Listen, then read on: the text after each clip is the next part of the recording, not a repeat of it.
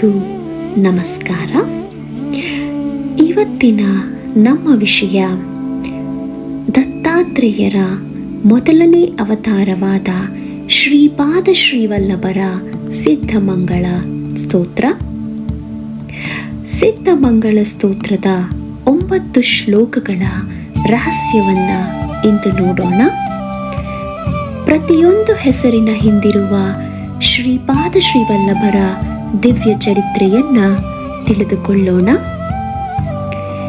ಸಿದ್ಧಮಂಗಳ ಸ್ತೋತ್ರವನ್ನು ಕೇವಲ ಒಮ್ಮೆ ಭಕ್ತಿಯಿಂದ ಪಠಿಸಿದರೂ ಗುರುಕೃಪೆ, ದತ್ತನ ಅನುಗ್ರಹ ಮತ್ತು ಮನೆಯಲ್ಲಿ ಮಕ್ಕಳ ನೆಲೆಸುತ್ತದೆ ಎಂದು ಭಕ್ತರು ನಂಬುತ್ತಾರೆ. ಅದಕ್ಕಾಗಿಯೇ ಲಕ್ಷಾಂತರ ದತ್ತ ಭಕ್ತರು ಪ್ರತಿದಿನ ಈ ಸ್ತೋತ್ರವನ್ನು ಪಾರಾಯಣ ಮಾಡುತ್ತಾರೆ. ಆದರೆ ಒಂದು ಪ್ರಶ್ನೆ, ನಾವು ಪಠಿಸುವ ಅಪ್ಪಲಲಕ್ಷ್ಮೀ ನರಸಿಂಹರಾಜ, ಶ್ರೀ ವಿದ್ಯಾಧರಿ, ರಾಧಾ, ಸುರೇಖಾ, ಬಾಪನಾರ್ಯ, ರಾಜಮಾಂಬ ಈ ಹೆಸರುಗಳು ಯಾರದ್ದು? ಇದು ದೇವರ ಹೆಸರುಗಳ, ಭಕ್ತರ ಹೆಸರುಗಳ ಅಥವಾ ಶ್ರೀಪಾದ ಶ್ರೀವಲ್ಲಭರ ಕುಟುಂಬದವರದ್ದ? ಇದು 9 ಶ್ಲೋಕಗಳಲ್ಲಿರುವ ಪ್ರತಿಯೊಂದು ಹೆಸರಿನ ಹಿಂದಿರುವ ಆ ಅದ್ಭುತ ರಹಸ್ಯವನ್ನ ತಿಳಿಯೋಣ. ಮೊದಲನೆಯ ಶ್ಲೋಕ: ಶ್ರೀಮದನಂತ ಶ್ರೀ ವಿಭೂಷಿತ ಅಪ್ಪಲಲಕ್ಷ್ಮೀ ನರಸಿಂಹರಾಜ, ಜಯ ವಿಜಯೀ ಭವ, ದಿಗ್ವಿಜಯೀ ಭವ, ಶ್ರೀಮದ ಕಂಡ ಶ್ರೀ ವಿಜಯೀ ಭವ. ಮೊದಲನೆಯದಾಗಿ ಶ್ರೀಮದ್ ಎಂಬ ಪದ ಬರುತ್ತದೆ. ಶ್ರೀಮದ್ ಎಂದರೆ ದಿವ್ಯ ವೈಭವದಿಂದ ಕೂಡಿದವರು. ಅನಂತ ಎಂದರೆ ಅಂತ್ಯವಿಲ್ಲದ ಪರಬ್ರಹ್ಮ. ಅಂದರೆ ಶ್ರೀಪಾದರು ಕೇವಲ ಒಬ್ಬ ಯೋಗಿಯಲ್ಲ, ಅವರು ಅನಂತ ಪರಬ್ರಹ್ಮ ಸ್ವರೂಪ. ಈಗ ಅತ್ಯಂತ ಮುಖ್ಯವಾದ ಹೆಸರು ಅಪ್ಪಲಲಕ್ಷ್ಮೀ ನರಸಿಂಹರಾಜ. ಇದು ಶ್ರೀಪಾದ ಶ್ರೀವಲ್ಲಭರ ತಂದೆಯ ಪೂರ್ಣ ಹೆಸರು. ಅವರು ಸಾಮಾನ್ಯ ವ್ಯಕ್ತಿಯಲ್ಲ, ವೇದಗಳನ್ನು ಸಂಪೂರ್ಣವಾಗಿ ಅಧ್ಯಯನ ಮಾಡಿದ ಮಹಾನ್ ವ್ಯಕ್ತಿ, ದತ್ತಾತ್ರೇಯರ ಅಪಾರ ಭಕ್ತ. ಅವರು ತಪಸ್ಸು ಮತ್ತು ಧರ್ಮನಿಷ್ಠೆಯ ಫಲವಾಗಿ ಶ್ರೀಪಾದ ಶ್ರೀವಲ್ಲಭರು ಈ ಭೂಮಿಯಲ್ಲಿ ಅವತರಿಸಿದರು ಎಂದು ಚರಿತ್ರೆಯು ಹೇಳುತ್ತದೆ. ಆದ್ದರಿಂದ ಸ್ತೋತ್ರದ ಮೊದಲ ಶ್ಲೋಕದಲ್ಲೇ ಅವರ ತಂದೆಯನ್ನು ಸ್ಮರಿಸಲಾಗುತ್ತದೆ. ಎರಡನೆಯ ಶ್ಲೋಕ: ಶ್ರೀ ವಿದ್ಯಾಧರಿ ರಾಧ ಸುರೇಖಾ, ಶ್ರೀರಾಖೀಧರ ಶ್ರೀಪಾದ, ಜಯ ವಿಜಯೀ ಭವ, ದಿಗ್ವಿಜಯೀ ಭವ, ಶ್ರೀಮದ ಕಂಡ ಶ್ರೀ ವಿಜಯೀ ಭವ. ಈ ಶ್ಲೋಕವನ್ನು ಅನೇಕ ಜನರು ಅರ್ಥ ತಿಳಿಯದೆ ಪಠಿಸುತ್ತಾರೆ. ಈ ಹೆಸರುಗಳು ಶ್ರೀಪಾದರ ದೈವಿಕ ವಂಶ ಮತ್ತು ಕುಟುಂಬದ ಪವಿತ್ರತೆಯನ್ನು ಸೂಚಿಸುತ್ತದೆ. ಹಲವು ವ್ಯಾಖ್ಯಾನಗಳು ಹೀಗೆ ವಿವರಿಸುತ್ತವೆ: ಶ್ರೀ ವಿದ್ಯಾಧರಿ ಜ್ಞಾನದ ಸ್ವರೂಪವನ್ನು ಸೂಚಿಸುವ ಹೆಸರು. ಶ್ರೀ ವಿದ್ಯಾ ಎಂದರೆ ದೇವಿಯ ಪರಮೋಪಾಸನೆ. ಅಂದರೆ ಶ್ರೀಪಾದರ ಅವತಾರವು ಸಾಮಾನ್ಯ ಜನ್ಮವಲ್ಲ ಎಂಬ ಸಂದೇಶ. ರಾಧಾ, ಇದು ಮಾತೃವಂಶದ ಪುಣ್ಯವನ್ನು ಸ್ಮರಿಸುವ ಹೆಸರು ಎಂದು ಸಂಪ್ರದಾಯದಲ್ಲಿ ಹೇಳಲಾಗುತ್ತದೆ. ಸುರೇಖಾ, ಶುಭ ಲಕ್ಷಣಗಳಿಂದ ಕೂಡಿದ ದೈವಿಕ ಮಹಿಳೆ. ಈ 3 ಹೆಸರುಗಳು ಶ್ರೀಪಾದ ಶ್ರೀವಲ್ಲಭರ ವಂಶದಲ್ಲಿ ಬರುವಂಥದ್ದು. ಶ್ರೀಪಾದ ಶ್ರೀವಲ್ಲಭರ ಸಹೋದರಿಯರು ಈ 3. ಮಹಾನ್ ಅವತಾರ ಜನಿಸಲು ಒಂದು ಪವಿತ್ರ ಕುಟುಂಬವೇ ಕಾರಣವಾಗುತ್ತದೆ ಎಂಬುದನ್ನು ಈ ಶ್ಲೋಕವು ಸೂಚಿಸುತ್ತದೆ. ಮೂರನೆಯ ಶ್ಲೋಕ: ಮಾತಾ ಸುಮತಿ ವಾತ್ಸಲ್ಯಾಮೃತ ಪರಿಪೋಷಿತ ಜಯ ಶ್ರೀಪಾದ, ಜಯ ವಿಜಯೀ ಭವ ದಿಗ್ವಿಜಯೀ ಭವ ಶ್ರೀಮದ ಕಂಡ ಶ್ರೀ ವಿಜಯೀ ಭವ. ಇದು ಸಂಪೂರ್ಣವಾಗಿ ಶ್ರೀಪಾದರ ತಾಯಿ ಸುಮತಿ ಮಾತೆಯ ಮಹಿಮೆ. ದತ್ತಾತ್ರೇಯರ ಅವತಾರದಲ್ಲಿ ಒಂದು ಸುಂದರ ಘಟನೆ ನಡೆಯುತ್ತದೆ. ಒಂದು ದಿನ ದತ್ತಾತ್ರೇಯರು ಭಿಕ್ಷುಕನ ರೂಪದಲ್ಲಿ ಸುಮತಿ ಮಾತೆಯ ಮನೆಗೆ ಬಂದಿರುತ್ತಾರೆ. ಆ ದಿನ ಶ್ರಾದ್ದದ ದಿನ. ಆಹಾರವನ್ನು ಯಾರಿಗೂ ಕೊಡಬಾರದು ಎಂಬ ನಿಯಮವಿರುತ್ತದೆ. ಆದರೆ ಸುಮತಿ ಮಾತೆಗೆ ಮೊದಲು ಕಂಡದ್ದು ನಿಯಮವಲ್ಲ, ಹಸಿದ ಭಿಕ್ಷುಕ. ಅವರು ಭಕ್ತಿಯಿಂದ ದತ್ತಪ್ರಭುವಿಗೆ ಭಿಕ್ಷೆಯನ್ನು ನೀಡಿದರು.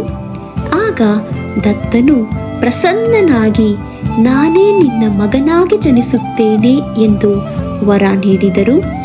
ಆ ವರದ ಫಲವೇ ಶ್ರೀಪಾದ ಶ್ರೀವಲ್ಲಭರ ಅವತಾರ. ಆದ್ದರಿಂದ ಸುಮತಿ ಮಾತೆಯ ಹೆಸರನ್ನು ಸ್ತೋತ್ರದಲ್ಲಿ ಅಪಾರ ಗೌರವದಿಂದ ಸ್ಮರಿಸಲಾಗುತ್ತದೆ. 4ನೇ ಶ್ಲೋಕ. ಸತ್ಯ ಋಷೀಶ್ವರ ದುಹಿತಾನಂದನ ಬಾಪನಾರ್ಯನುತ ಶ್ರೀಪಾದ ಜಯ ವಿಜಯೀ ಭವ ದಿಗ್ವಿಜಯೀ ಭವ ಶ್ರೀಮದ ಕಂಡ ಶ್ರೀ ವಿಜಯೀ ಭವ. ಇಲ್ಲಿ ಬಾಪನಾರ್ಯ ಎಂದರೆ ಬಾಪನಾಚಾರ್ಯರು. ಇವರು ಶ್ರೀಪಾದರ ತಾಯಿಯ ತಂದೆ, ಮಹಾನ್ ವೇದ ಪಂಡಿತರು. ಶ್ರೀಪಾದರು ಜನಿಸಿದ ಕೂಡಲೇ ಇವರು ಸಾಮಾನ್ಯ ಮಗು ಅಲ್ಲ, ಸಾಕ್ಷಾತ್ ದತ್ತಾವತಾರ ಎಂದು ಗುರುತಿಸಿದ ಮೊದಲ ವ್ಯಕ್ತಿಗಳಲ್ಲಿ ಇವರೂ ಒಬ್ಬರು. ಇವರಂತಹ ಜ್ಞಾನಿಗಳು ಶ್ರೀಪಾದರ ಪಾದಗಳಿಗೆ ನಮಸ್ಕರಿಸಿದರು. ಅದಕ್ಕಾಗಿಯೇ ಬಾಪನಾರ್ಯನುತ ಶ್ರೀಪಾದ ಅಥವಾ ಬಾಪನಾರ್ಯನುತ ಶ್ರೀಚರಣ ಎಂದು ಸ್ತೋತ್ರ ಹೇಳುತ್ತದೆ. 5ನೇ ಮತ್ತು 6ನೇ ಶ್ಲೋಕ. ಸವಿತೃ ಕಾಟಕ ಚಯನ ಪುಣ್ಯ ಫಲ ಭಾರದ್ವಾಜ ಋಷಿಗೋತ್ರ ಸಂಭವ ಜಯ ವಿಜಯೀ ಭವ ದಿಗ್ವಿಜಯೀ ಭವ ಶ್ರೀಮದ ಕಂಡ ಶ್ರೀ ವಿಜಯೀ ಭವ. ಇಲ್ಲಿ ಶ್ರೀಪಾದರ ವಂಶವನ್ನ ಪರಿಚಯಿಸುತ್ತಾರೆ. ಅವರು ಭರದ್ವಾಜ ಋಷಿ ಗೋತ್ರದಲ್ಲಿ ಜನಿಸಿದರು. ಕೃಷ್ಣ ಯಜುರ್ವೇದದ ಕಾಟಕ ಶಾಖೆಯ ಪರಂಪರೆಯ ಕುಟುಂಬದಲ್ಲಿ ಅವತರಿಸಿದರು. ಅಂದರೆ ಶ್ರೀಪಾದರ ಜನನವು ಕೇವಲ ಒಂದು ಕುಟುಂಬದಲ್ಲಿ ಆಗಿಲ್ಲ, ವೇದ ಸಂಸ್ಕೃತಿಯ ಪವಿತ್ರ ಪರಂಪರೆಯಲ್ಲಿ ನಡೆದಿದೆ ಎಂಬ ಸಂದೇಶವನ್ನು ತೋರಿಸುತ್ತದೆ. ಹಾಗೂ ಶ್ರೀಪಾದರ ಜನನಕ್ಕಾಗಿ ಸವಿತೃ ಕಾಟಕಚಯನ ಎಂಬ ಯಜ್ಞವನ್ನು ಮಾಡಿದರು ಎಂದು ಕೂಡ ಹೇಳಲಾಗುತ್ತದೆ. 6ನೇ ಶ್ಲೋಕ. ದೋ ಚೌಪಾತಿ ದೇವ ಲಕ್ಷ್ಮೀ ಘನ ಸಂಖ್ಯಾಬೋಧಿತ ಶ್ರೀಪಾದ ಜಯ ವಿಜಯೀ ಭವ ದಿಗ್ವಿಜಯೀ ಭವ ಶ್ರೀಮದ ಕಂಡ ಶ್ರೀ ವಿಜಯೀ ಭವ. ಈ ಶ್ಲೋಕದಲ್ಲಿ ಲಕ್ಷ್ಮೀ ತತ್ವ, ಪುಣ್ಯ ಮತ್ತು ದೈವಿಕ ಸಂಖ್ಯೆಗಳ ಸಂಕೇತಗಳ ಮೂಲಕ ಶ್ರೀಪಾದರ ಪಾದಗಳ ಮಹಿಮೆಯನ್ನ ಕೊಂಡಾಡಲಾಗಿದೆ. ಶ್ರೀಪಾದರು ಭಿಕ್ಷೆ ಬೇಡುವಾಗ ದೌ ಚೌಪಾತಿ ದೇವ್ ಲಕ್ಷ್ಮಿ ಎಂದೇ ಬೇಡುತ್ತಿದ್ದರು. ಇದು ಶ್ರೀಪಾದ ಚರಿತ್ರೆಯನ್ನು ಓದಿದರೆ ನಮಗೆ ತಿಳಿಯುತ್ತದೆ. 7ನೇ ಶ್ಲೋಕ. ಪುಣ್ಯರೂಪಿಣಿ ರಾಜಮಾಂಬಸುತ ಗರ್ಭ ಪುಣ್ಯ ಫಲ ಸಂಜಾತ ಜಯ ವಿಜಯೀ ಭವ ದಿಗ್ವಿಜಯೀ ಭವ ಶ್ರೀಮದ ಕಂಡ ಶ್ರೀ ವಿಜಯೀ ಭವ. ರಾಜಮಾಂಬ ಶ್ರೀಪಾದರ ಅಜ್ಜಿ. ಅವರ ಅನೇಕ ಜನ್ಮಗಳ ಪುಣ್ಯದ ಫಲವಾಗಿ ಇಂತಹ ದಿವ್ಯ ಮೊಮ್ಮಗ ಜನಿಸಿದನು ಎಂದು ಈ ಸ್ತೋತ್ರ ನಮಗೆ ತಿಳಿಸುತ್ತದೆ. 8ನೇ ಶ್ಲೋಕ.